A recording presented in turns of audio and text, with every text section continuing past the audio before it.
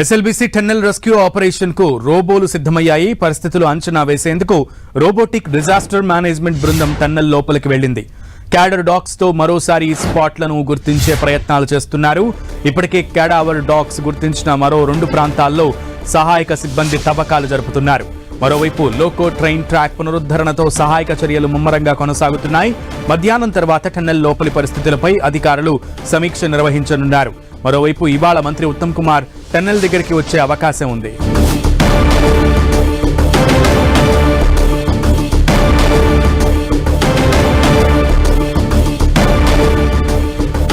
Right, SLBC tunnel దగ్గర rescue operation కోసం రోబోలను కూడా ఉపయోగిస్తున్నారు. రోబోటిక్ టీమ్స్ కూడా రెడీ అయ్యి లోపలికి వెళ్లినట్లుగా తెలుస్తోంది. లేటెస్ట్ అప్డేట్స్ ని మా ప్రతినిధి ప్రసాద్ అందిస్తారు. ప్రసాద్.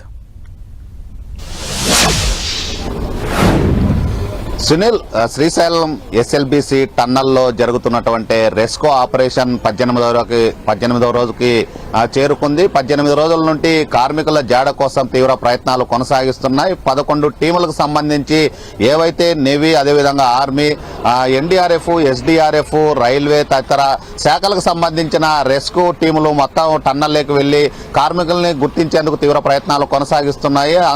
ఇప్పటికే 7 మంది కార్మికులు టన్నల్లో చిక్కుకోవడం జరిగింది. వారిని ఎలా తీసుకురావాలని దానిపైన రాష్ట్ర ప్రభుత్వం తీవ్ర ప్రయత్నాలు కృషి చేస్తుంది. అందులో భాగంగానే ఈ రోజు ఏదైతే రోబోటిక్స్ మిషన్ ని లోపలికి తీసుకువెళ్లడం జరిగింది. దీనికి సంబంధించి 110 మంది రెస్క్యూ ఆపరేషన్ చేసేటువంటి టీములు వెళ్లడం జరిగింది. ఏదైతే టన్నల్లో చిక్కుకున్నటువంటి 7 మంది కార్మికుల్ని తీసుకొచ్చేందుకు తీవ్ర ప్రయత్నాలు కొనసాగిస్తున్నారు.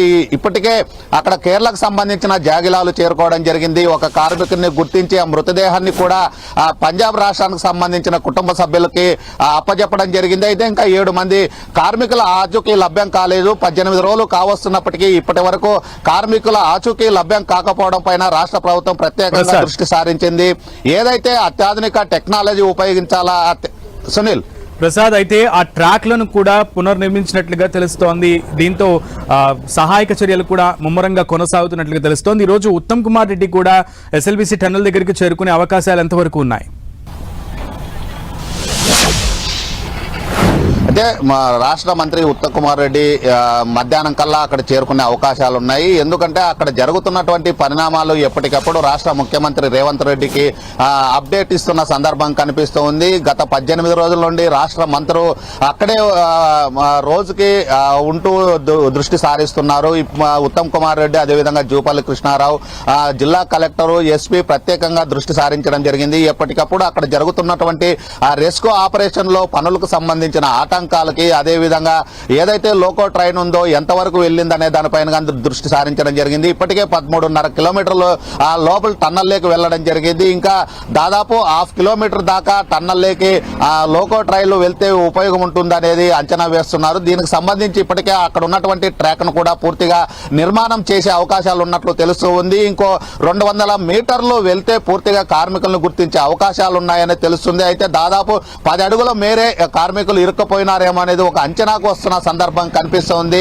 2 అనుమానిత ప్రాంతాలను గుర్తించడం జరిగింది. వాటికి సంబంధించి ఇప్పటికే రెస్క్యూ ఆపరేషన్ కొనసాగుతుంది. ఏదైతే గతంలో 3 చోట్ల అనుమానిత ప్రాంతాలను గుర్తించడం జరిగింది. ఒక చోట 4 ఉన్నట్లు, ఒక చోట 3, ఒక చోట 2 ఉన్నట్లు గుర్తించడం జరిగింది. అయితే ఒకరిని తీసుకురావడం జరిగింది. ఇంకా 7 మంది కార్మికులు అక్కడే ఉన్నారు. వాళ్ళ ఆచూకీ కోసం తీవ్ర ప్రయత్నాలు కొనసాగిస్తున్నారు. ఇప్పటికే ప్రత్యేకంగా ఎప్పటికప్పుడు సమీక్షలు నిర్వహిస్తున్నారు. ఏదైతే ఎన్డీఆర్ఎఫ్, ఎస్డీఆర్ఎఫ్, ఆ సింగరేణి, అలాగే నేవీ, కేరళకు సంబంధించిన జాగలాలకు సంబంధించిన రెస్క్యూ టీములతో ఎప్పటికప్పుడు అప్డేట్ తీసుకుంటున్నారు. రాత్రి సమయాల్లో కూడా ఆ రెస్క్యూ ఆపరేషన్ కొనసాగుతుంది. ఈ రోజు ఏదైతే అత్యాధునిక టెక్నాలజీ ఉపయోగించి రోబో మిషన్లను ఇప్పటికే తీసుకువెళ్లడం జరిగింది. లోపల ఉన్నటువంటి పరిస్థితులను అంచనా వేసిన తర్వాత రోబోలను తీసుకువచ్చి ఎవరైతే కార్మికులు చిక్కుకున్నారో ఆ జాడ కనుక్కునేందుకు ప్రభుత్వం కానీ ప్రత్యేకంగా దృష్టి సారించింది. ఇప్పటికే కేంద్ర ప్రభుత్వం నుండి అనేక సహకారాలు అందుతున్నాయి. అదేవిధంగా రాష్ట్ర ప్రభుత్వం కూడా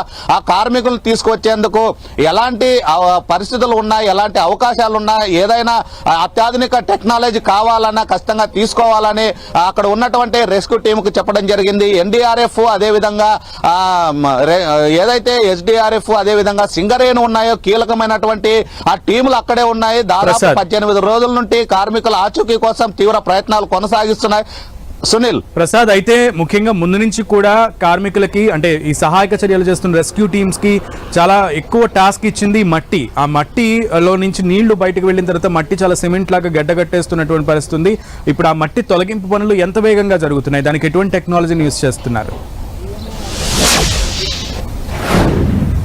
అయితే ఏదైతే ఈ పైన టన్నల్లో 22వ తేదీ శనివారం రోజు జరిగినటువంటి 8:30-9 గంటల సమయంలో జరిగినటువంటి ఈ టన్నల్ల ఘటనలో 8 మంది కార్మికులు చిక్కుకోవడం జరిగింది. ఒక కార్మికుడిని బయటకు తీసుకురావడం జరిగింది. ఇంకో 7 మంది కార్మికులు అక్కడే చిక్కుకోవడం జరిగింది. అయితే అక్కడ ఉన్నటువంటి టన్నల్లో పైనుండి ఏదైతే మట్టి పడిందో ఆ మట్టి అంతా ఆ సిమెంట్ మాదిరి తయారవుతుందనేది రెస్క్యూ టీం చెబుతూ ఉంది. వాటిని తీసేందుకు తీవ్ర ఇబ్బందులకు గురవుతున్నాము. అది ఇప్పటికే అక్కడ దాదాపు 1000 లీటర్ల వాటర్ ఉబ్బుతూ ఉంది. అదేవిధంగా బురద ఎక్కువ చేరుకోవడం, పైన నుండి పడినటువంటి మట్టి దాదాపు టన్నుల కొద్దీ మట్టి పడడం జరుగుతుంది. ప్రతిరోజు కూడా దాదాపు 15,000 నుండి 18,000 టన్నులని బయటకు తీసుకొస్తున్నప్పటికీ అక్కడ మాత్రం రెస్క్యూ ఆపరేషన్ కు తీవ్ర ఆటంకాలు కలుగుతున్నాయి. బురద ఉండడం, దాదాపు 8-9 అడుగులు బురద ఉండడంతో తీవ్ర అంతరాయం ఏర్పడింది. ఇప్పటికే చిన్నకు సంబంధించిన ఒక జేసీబీ గాని లోపలికి తీసుకువెళ్లడం జరిగింది. ఆ జేసీబీ ద్వారా ఆ మట్టిని గాని తరలిస్తున్నారు. లోకో ట్రైన్ ద్వారా కానీ మట్టిని తరలిస్తున్నారు. అలాగే ఏదైతే అక్కడ టన్నల్లో ఉన్నటువంటి మట్టిని కూడా తీవ్ర ప్రయత్నాలు తీసుకొచ్చేందుకు ప్రయత్నాలు చేస్తున్నారు. అయితే కార్మికులను కానీ ఖచ్చితంగా తీసుకొచ్చేందుకు తీవ్ర కృషి చేస్తారు. ఈ రోజు మాత్రం రోబోల ద్వారా ఆ టెక్నాలజీ ఉపయోగించి కార్మికులను జాడ గుర్తించేందుకు ఎస్ఎల్బీసీ టన్నల్లో రెస్క్యూ ఆపరేషన్ కొనసాగుతుందనేది స్పష్టంగా అర్థమవుతుంది. ఈ రోజు కానీ రేపు కానీ కార్మికుల జాడ తెలిసే అవకాశం ఉన్నట్లు తెలుస్తూ ఉంది. సునీల్. ఓకే ప్రసాద్.